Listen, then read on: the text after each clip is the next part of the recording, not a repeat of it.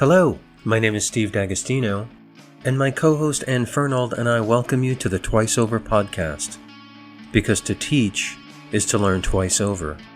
In this episode, A Terrain of Trust, we are joined by Brandy Monk-Payton, Assistant Professor of Communication and Media Studies at Fordham University, who shares her thoughts about representation, collaboration, and effective instruction. We're really happy today to welcome Brandy Monk-Payton to the podcast.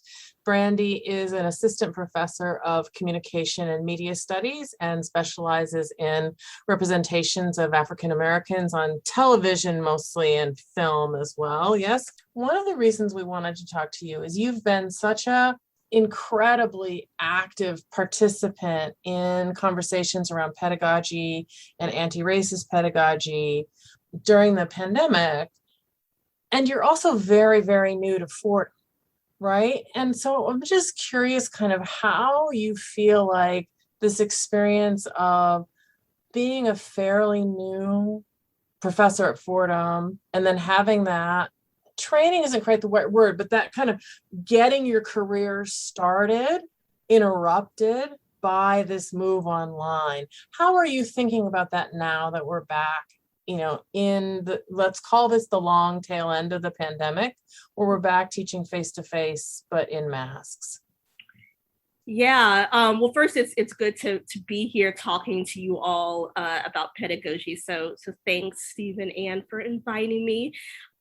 This is my 5th year at Fordham.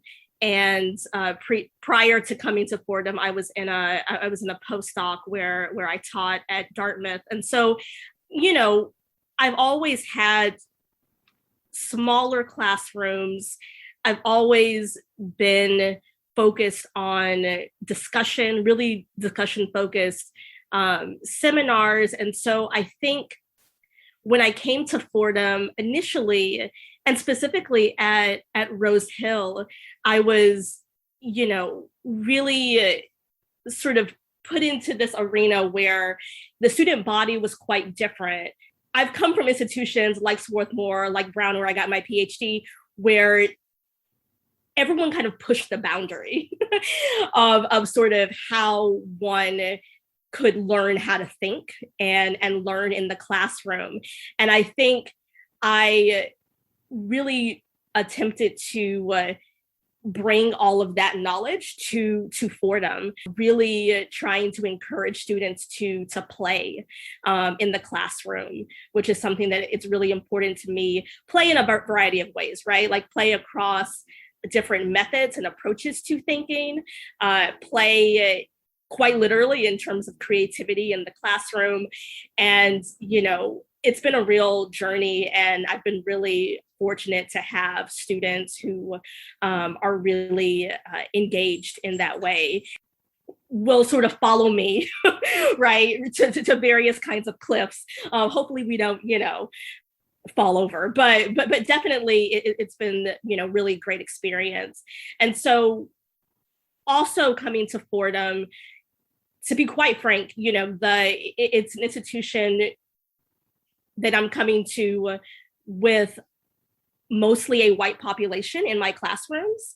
And so the question of anti-racist pedagogy becomes very important, but also the way that I approach it is slightly different. I think having a classroom that is not as diverse as classrooms that I've had in the past. So I think I've started to think about anti-racist pedagogy, not just in terms of thinking through issues of power and privilege and justice, which I obviously do in my courses, but I also am looking at ways to celebrate, right, difference and celebrate identity, such that students understand that issues around race are intrinsic to every field, and the ways in which we talk about different disciplines, different kinds of content is always already informed by issues surrounding race. So that's been something that I have also come to slowly, right, in sort of thinking thinking with students and observing them and their own kinds of concerns and anxieties about what their place is in the world right now. How do they see themselves as change makers? Where do they kind of intervene socially, politically? And so that's been a real kind of fascinating process to sort of work with students on. Can you tell us, what is anti-racist pedagogy? For me, it's again, about those being attentive to issues around power, privilege, equity, and justice. I've sort of moved away from diversity for a variety of reasons in terms of the way that term has been co-opted. I sort of have this thing that I do where I talk about what I call a terrain of trust. So I tell students this, and I have moved away from talking about safe space to the idea of a terrain of trust. And I do that acknowledging that safe space has a historical background, right, in the 90s, LGBTQ communities. And so, but what I've found is that safety, I think, doesn't actually get to the root of how students are encountering each other and the instructor in the classroom in terms of, instruction, but also in terms of content. I think it really has to start from trust. I love that phrase. Yeah. I just love it. Terrain of trust. Yeah. It's beautiful. The alliteration is great. But I also like the idea of terrain suggests kind of bumpiness. Exactly. And the potential for making a mistake. I suspect that's intentional in your phrasing. So can you talk a little bit more about what happens when someone says something that challenges the terrain of trust that you're trying to establish? Terrain of trust for me is a lot more active, and it sort of puts onus on both student and instructor on thinking about how to cultivate something, right? Yes. Because safe spaces, as I remember them when they started in the 90s, were literally like closets of withdrawal. Exactly. Right? And they can be incredibly important when you have people who are traumatized. Exactly. But they're not about moving forward. They're about healing only, I think. Yeah. Well, yeah. And I mean, again, perhaps this is controversial, but I mean, I struggle with when a student says they're unsafe. I actually don't know how to recreate a particular kind of environment. Whereas I think if we change the language and shift the focus to trust, right, it becomes about a question of, okay, well, how can I regain trust? How do I actively practice a different ethics in the classroom? And so again, it sort of points to this sort of interactive sort of mode of cultivating an atmosphere that one feels okay and comfortable with discomfort, which I think is really important in the classroom, and then also comfortable with being able to share grievances, right, objections, disagree, and still retain some sense of a classroom environment that is equitable. Can you talk a little bit about, just practically in your method, how do you build trust for your students? Like, how do you demonstrate that you're trustworthy as their instructor?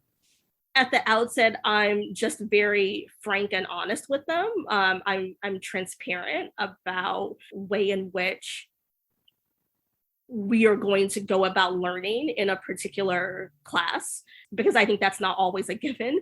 And so being upfront about those goals and how we're going to achieve them, specifically for myself, I think teaching material, like I teach a TV race and civil rights class. And we sort of go through that class historically, and we start with 1950s, Amos and Andy, 1960s, civil rights movement on TV. And I have to contextualize the material for them. I have to historicize it. And I have to make it clear that we are looking at this material as a text, and we're engaging it on those terms of its history, right? And so again, it's me being very clear about why we're doing what we're doing, why we're watching what we're watching. When you're teaching a almost entirely white class, something like Amos and Andy, where the show depicts things that we would now call stereotypes, right? And would see as negative.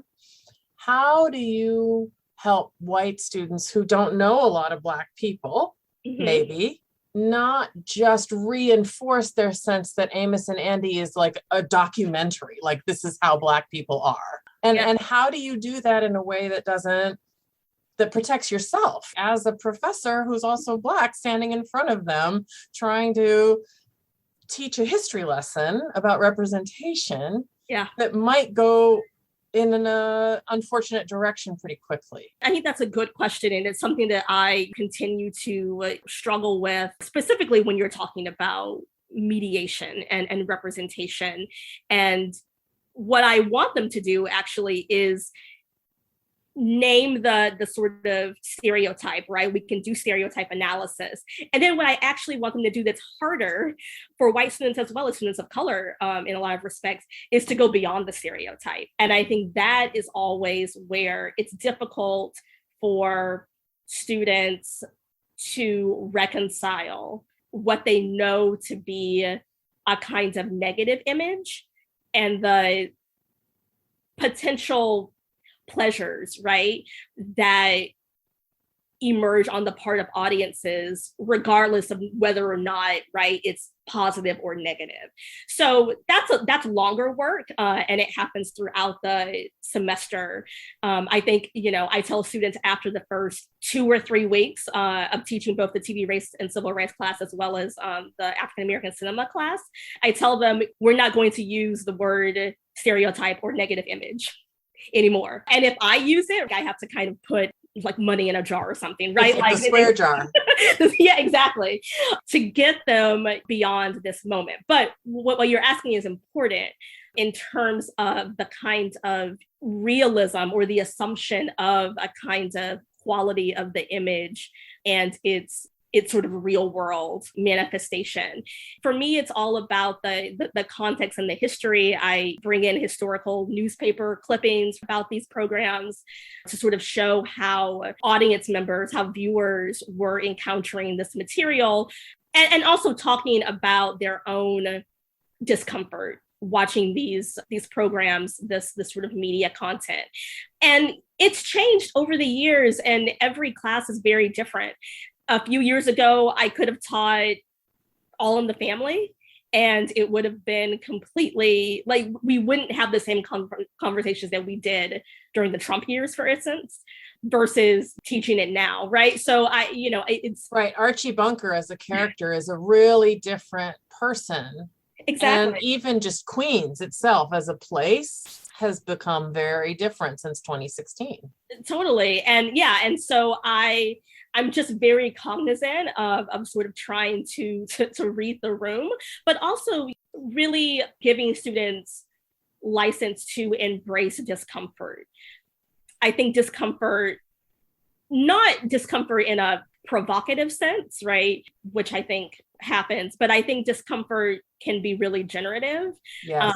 And to sort of question our own assumptions, trying to bring students to a point where they can self-reflect and self-assess their discomfort, which is to say also, in a lot of ways to self-reflect on their whiteness that kind of, emerges. One assignment that I give students for the TV race and civil rights class is I tell them to interview someone close to them, a family member, relative, or someone older who's watched the miniseries Roots from the 1970s. And it's a really productive assignment. Students really enjoy. I think we don't necessarily, when we talk about bringing, students' whole selves to the classroom, this is an assignment that actually gets them to talk to their family, which in the context of, the classroom and sort of the educational experience, they don't necessarily do all that much. And so, students always come to me and tell me that they were so fascinated by just hearing the history of their family, right? And also sometimes shocked, right, by, their family members who are from the South, perhaps, and watched Roots when it first came out in 1977 and had particular kinds of feelings about it. That's another kind of way to reflect on one's identity, the way in which we can sort of think about a text, right, and an experience together. That I've found really generative, and I do see as a part of a kind of anti-racist pedagogy, right? That kind of self-interrogation of one's positionality. You said something at the very beginning of our conversation that I want to hear a little bit more about, because I can hear it so clearly in your voice, the joy you take in the work that you do and how much you love it. And you talked about how one of the ways your teaching has transformed in recent years is talking about allowing for moments of celebration. And can you talk a little bit about how you make space for that in the classroom and what that looks like for you and your students? I think about it also in terms of my research as well. And I'm very much someone who, my research informs my teaching informs my research in that way. And so, I think over the past couple of years, and again, this is something that has shifted in my teaching and something that I want to explore more, is that, students are pushing for diversity and inclusion. They're not just pushing for more discussion of trauma and more discussion of racism, bigotry, right, anti-Blackness. They're also pushing for, it may not be articulated in the same ways, but I think, but they're also really pushing for how to talk about joy, right? How to talk about different kinds of ways in which, from my vantage point, Black life worlds and experiences emerge. And it's something that they, maybe haven't gotten in the same way previously. And so for me, it's about showing them images, media content that is not always tied to questions of, say, police brutality, right? Any other kinds of violence, and really moving towards these other areas of experimentation and innovation that folks of color have sort of been practicing in cultural production and media representation. And that provides a different contour. This move away from thinking about the Black body, right? And like a body as something, completely abstracted, to Black people. I'm so interested that you say that, because I love following you on Twitter, and I saw someone tweet out the other day, we're going to be really ashamed of ourselves for talking about the Black body when we haven't been talking about Black people. That phrase, the Black body, has served a kind of theoretical use, totally, but it's also been potentially quite dehumanizing. Exactly. Yeah. And potentially sort of stifling. And it's totally alluring. And I remember, I'm partly of that shift.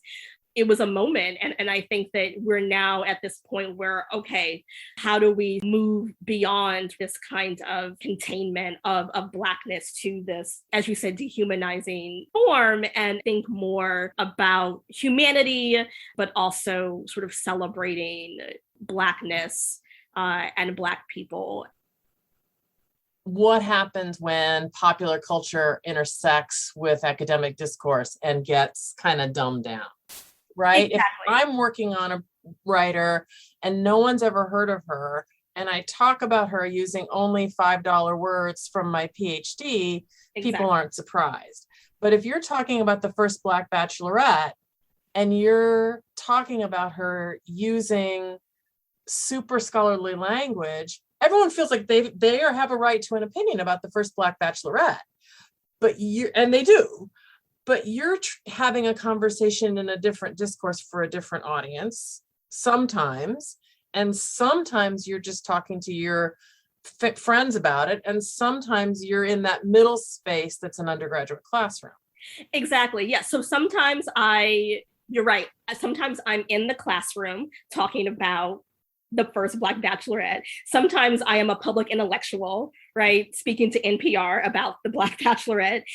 Sometimes I'm a scholar who writes and sort of, analyzes in depth this kind of turn and this moment. And I think something that I've been very attuned to and concerned with is the absence of critique, not criticism, but the absence of critique. What I think actually students really need to learn from us, right?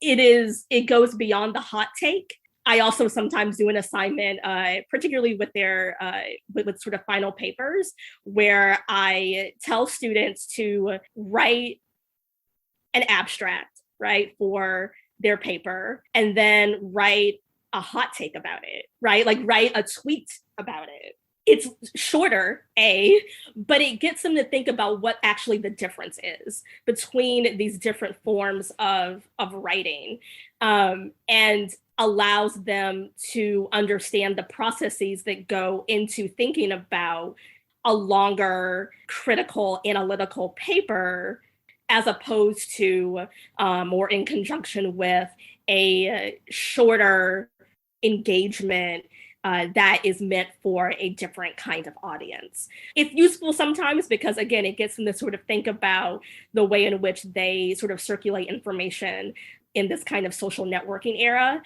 versus how they circulate information and, create knowledge in an academic environment.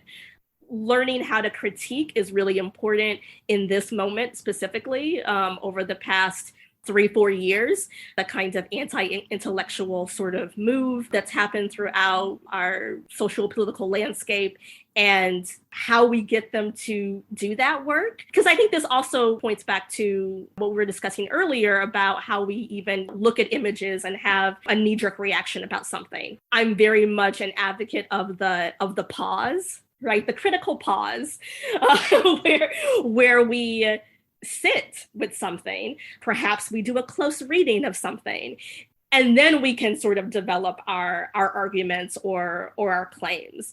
But I think that pause, that learning how to critique, works in both the classroom environment, but also, increasingly our students who are invested in certain kinds of activism and see themselves as activists, as a kind of identity. It helps in that realm as well. And when students want to bring their activism to their academic life, which is increasingly the case, I've found. We want our students to be activated and engaged, but we also don't want an uncritical labeling of things before the thing has been fully investigated. I mean, I think I remember being totally blown away by an essay by Skip Gates from the early 90s, I think, about how much he and his family loved watching Amos and Andy when he was little. Yeah. And I had been taught to just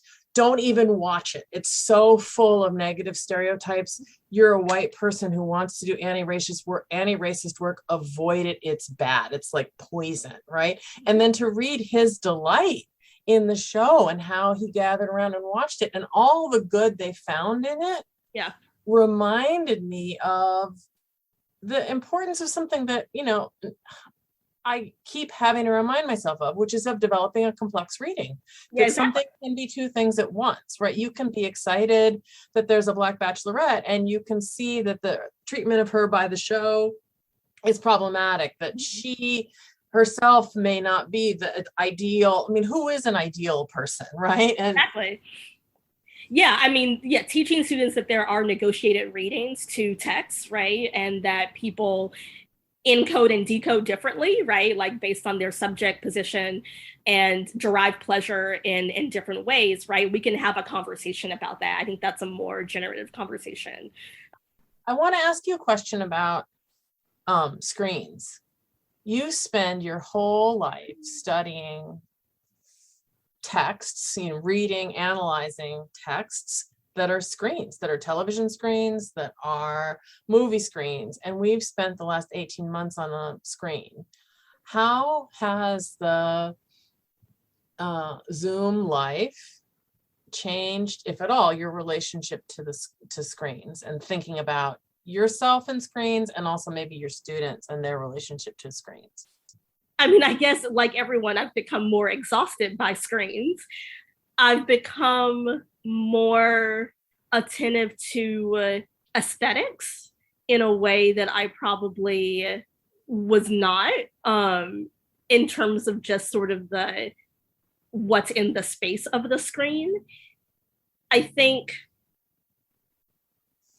teaching film and television is difficult through Zoom, in part because so much of what I do is about a shared communal viewing experience. Yes.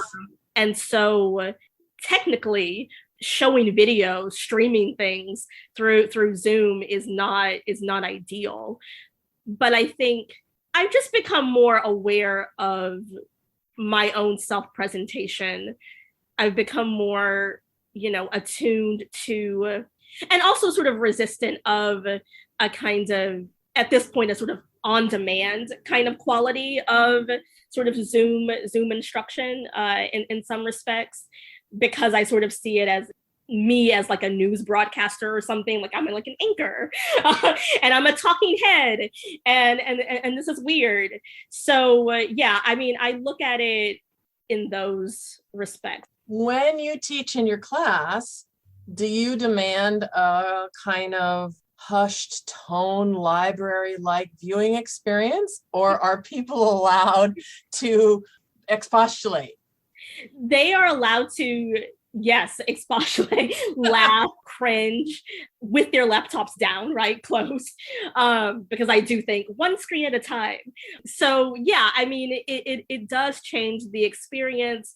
With that said, I mean, certainly this past year and a half or so has made a lot of material more accessible, which has been great in terms of students, as well as myself, right, having access to a variety of content that perhaps wouldn't have otherwise been streaming, right? It would, or in a kind of virtual kind of programming event, especially for experimental avant-garde works that you might not have had access to before, right? Because they were all the way in Los Angeles. But now, right, there was a, Zoom event and you were able to view certain material. So I do think that it's been helpful in that regard.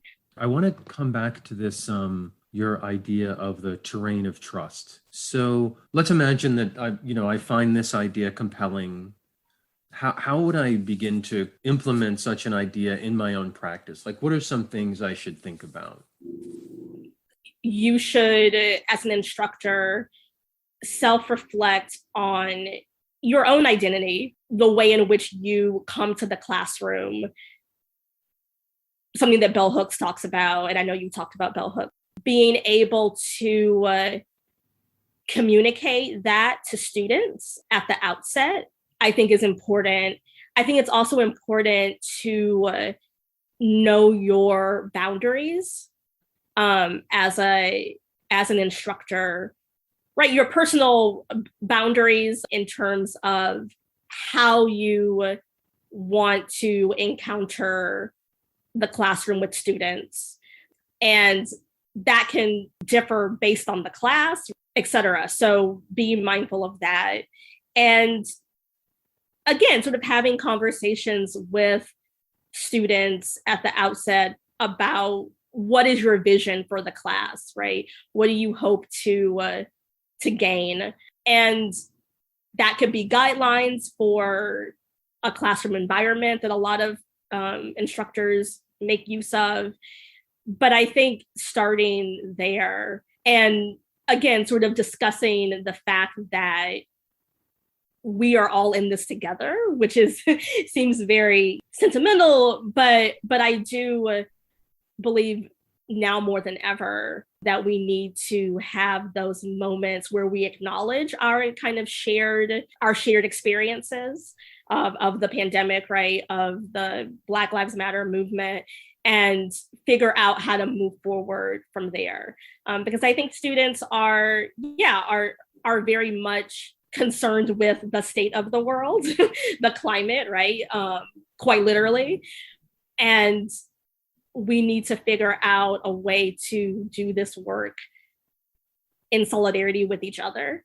What does it mean to be in solidarity in a classroom? Well, and I think that's really nice, because it isn't just sentimental to say that we're all in this together, because it's very different if someone says something offensive or hurtful or that gets misunderstood in a classroom, and you've established this is a space where everyone is trying to learn, you automatically have the ability to interrogate the remark, because the purpose of the room is to learn, and part of learning is listening, right? And part of learning is being willing to revise something that you said that might have landed differently than your intention. In most other spaces where we're talking with each other, that's not necessarily the shared understanding.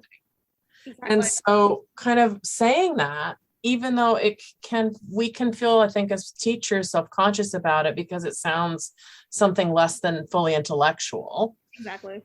It's actually kind of important. I do want some recommendations from you for television shows, either something old that's worth going back to, or something that's on right now that maybe we haven't heard of, or that maybe isn't getting the attention you think it deserves. So I am really a fan of the TV series Random Acts of Blindness, and it's on HBO. There's only one season right now. It's, I think, 6 episodes. It's by a filmmaker, Terrence Nance, who is an experimental filmmaker. It's a show that is kind of a sketch program. There are different, vignettes, scenes, and the tagline for the show is Shift Consciousness. What I think the show is doing, it's really trying to change our perception of TV, or what TV could look like. It's, again, very sort of avant-garde and strange, but it speaks to this move, I think, to Afrofuturism, to speculative storytelling, that I think is really important for students to watch, for anyone to watch, to think about and imagine other worlds, and that's sort of one way to do it. So I would definitely check that out, as well as Watchmen, both on HBO. If people don't know what Afrofuturism is, can you kind of explain that term?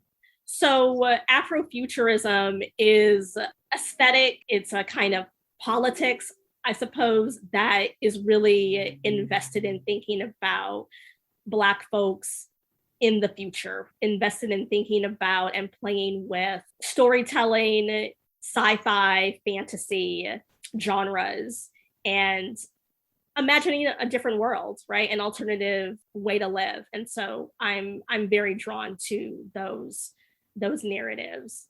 It's been so much fun talking to you.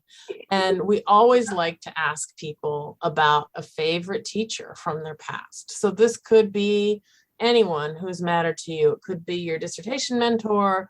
It could be your 3rd grade PE teacher, anything in between, anything prior to that.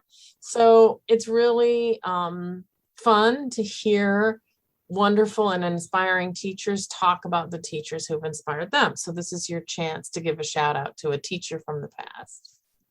So I will say my undergrad professor, Dr. Anthony Foy from Swarthmore, and my senior year, I think it was his first year at Swarthmore, he taught Black culture in a post-soul era.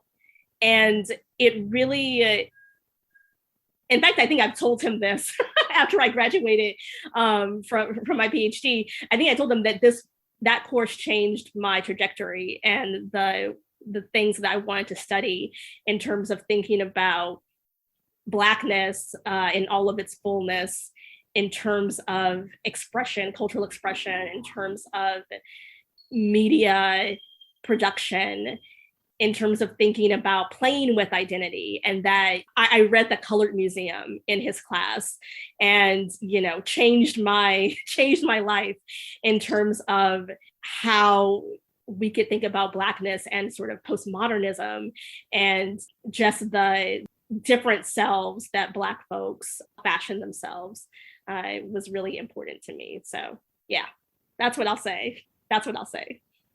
Brandy, it's been such a pleasure talking to you. You're such an inspiring teacher and such a bright light. I'm so happy that you're my colleague here at Fordham. Truly, truly, truly. And thank you for giving us an hour of your time. It was so great to talk to you all. Twice Over Podcast is available on SoundCloud, Stitcher, and Spotify, with new episodes appearing twice each week. For host and guest bios and show notes, please visit our website, twiceoverpodcast.com. You can follow us on Twitter at twiceover1 or email us at twiceoverpodcast@gmail.com. Thanks so much for listening.